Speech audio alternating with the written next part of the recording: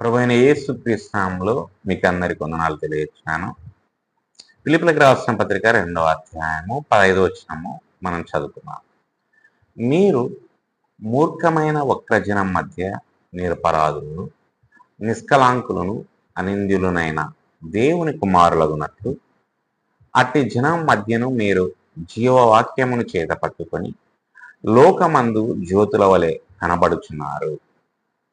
ఈ వచనము ద్వారా మనం 3 పాఠాలు నేర్చుకున్నాం. మొదటగా, విశ్వాసులు విభిన్నంగా ఉండడానికి పిలువబడ్డారు.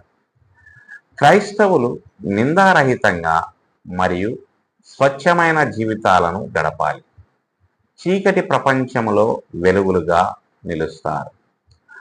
రెండవదిగా, దేవుని ప్రజలు ఆయన స్వభావాన్ని ప్రతిబింబించాలి. వక్రమైన మరియు దుర్మార్గపు తరములో దోషం లేకుండా జీవించడం దేవుని పవిత్రత మరియు నీతిని ప్రతిబింబిస్తుంది. మూడవదిగా, నమ్మకమైన సాక్షి స్వార్థను ప్రకాశింపచేస్తాడు. దీపాల వలె ప్రకాశించడం ద్వారా విశ్వాసులు క్రీస్తులో కనిపించే ఆశ మరియు పరివర్తన గురించి ఇతరులకు సాక్ష్యంగా మారతారు. దేవుడు ఈ మాటలను దీవించునుగాక. ఆమేన్.